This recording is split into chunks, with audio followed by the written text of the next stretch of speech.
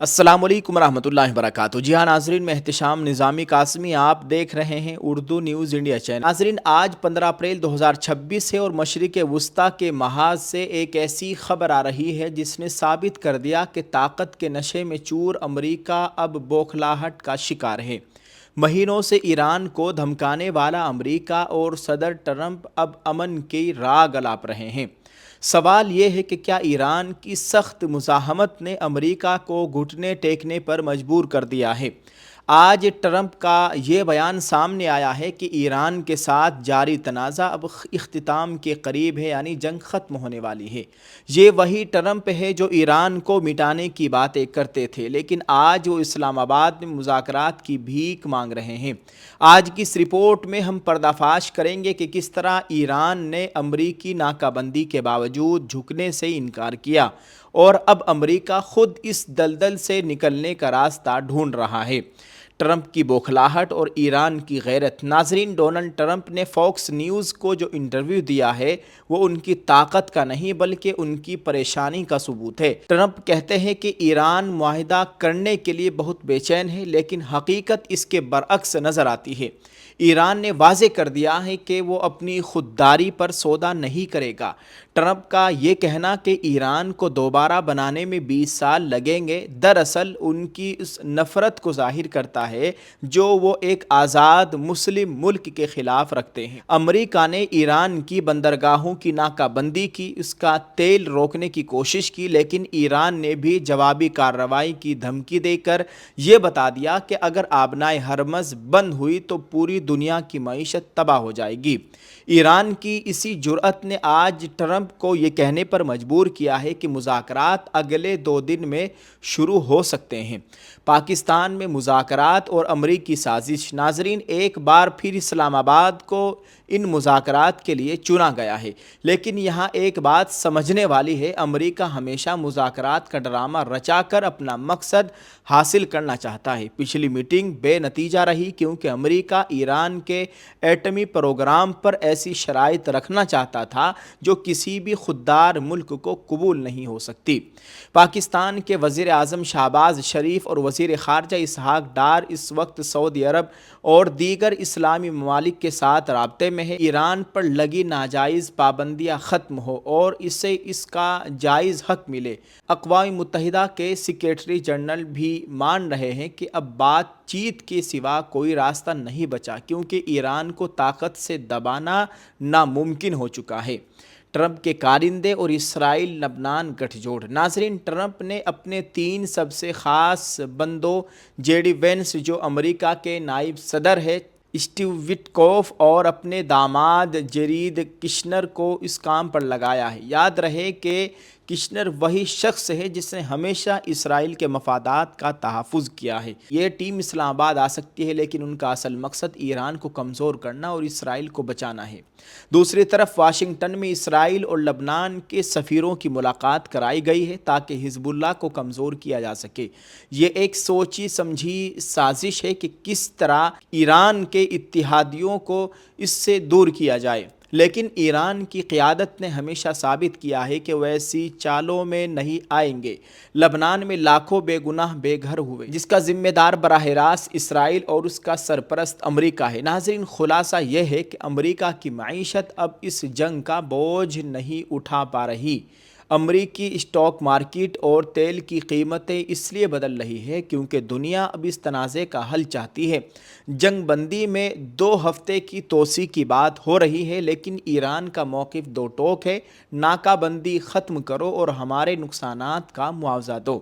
امریکہ چاہتا ہے کہ ایران جھک جائے، لیکن ایران کی تاریخ گواہ ہے کہ اس نے کبھی سامراجی طاقتوں کے سامنے سر نہیں تسلیم کیا۔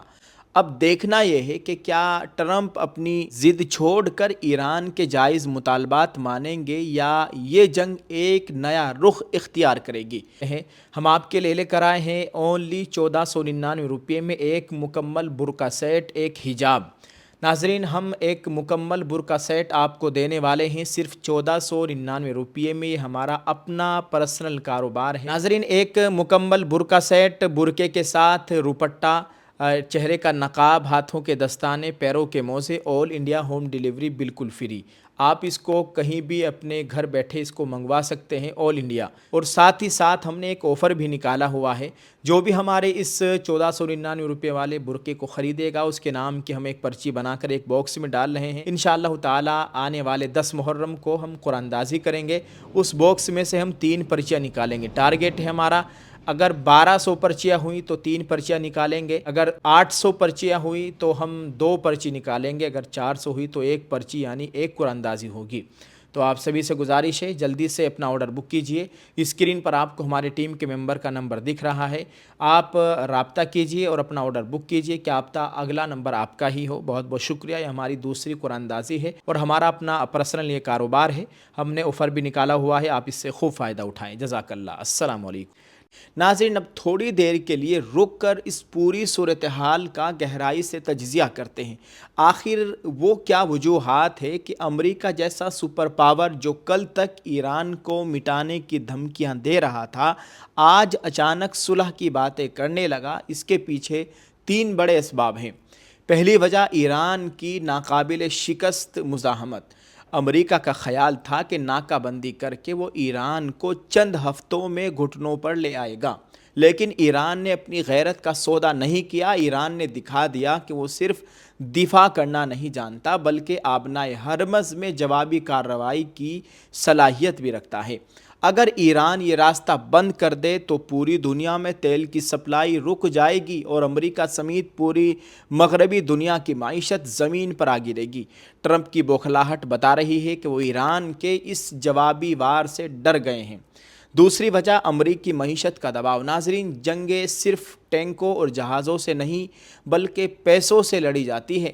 امریکہ پہلے ہی یوکرین اور دیگر محاذوں پر اربوں ڈالر جھونک چکا ہے۔ امریکی اسٹاک مارکیٹ اس وقت ایک نازک موڑ پر ہے اور وہاں کی عوام اب مزید کسی مہنگی جنگ کا بوجھ نہیں اٹھانا چاہتی۔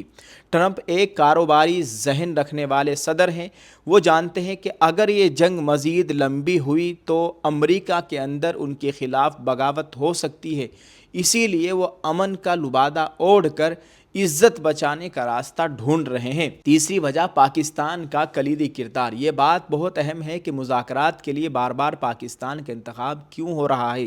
اس کا مطلب یہ ہے کہ دنیا یہ مانتی ہے کہ اسلامی دنیا میں پاکستان ایک ایسا پل ہے جو ایران اور مغرب کے درمیان ثالثی کر سکتا ہے۔ پاکستان کا اس معاملے میں فعال ہونا اس بات کی علامت ہے کہ فیصلے واشنگٹن میں نہیں بلکہ مسلم ممالک کی رضامندی سے ہوں گے۔ ناظرین، ایران نے ثابت کر دیا ہے کہ ایمان کی طاقت اور قومی خودداری کے سامنے دنیا کی بڑی سے بڑی مادری طاقت بھی بے بس ہو جاتی ہے۔ امریکہ کے یہ تینوں مہرے وینس، وٹکوف اور کشنر اسلام آباد تو آ رہے ہیں لیکن وہ ایران کو ڈرا نہیں سکیں گے۔ ایران کا موقف اب بھی وہی ہے، پہلے پابندیاں ختم کرو پھر بات ہوگی۔ یہ ایران کی اخلاقی اور سیاسی فتح ہے کہ آج ظالم طاقتیں خود چل کر میز پر آنے کی بات کر رہی ہیں۔ آپ کو کیا لگتا ہے، کیا امریکہ ایران کے خلاف اپنی سازشوں میں کامیاب ہوگا یا ایران کی غیرت ایک بار پھر اسے شکست دے گی؟ کمنٹ میں اپنی رائے ضرور دیں اور اس ویڈیو کو شیئر کر کے حق کی آواز کو عام کریں۔ دعا ہے اللہ تعالیٰ امت مسلمہ کے حال پر رحم فرمائے، اللہ تعالیٰ حق کو فتح نصیب فرمائے، آمین۔ ویڈیو کو شیئر کرتے جائیں، کمنٹ میں ایک پیارا سا دعائیہ جملہ ضرور لکھیے گا۔ جزاک اللہ۔ السلام علیکم ورحمۃ اللہ وبرکاتہ۔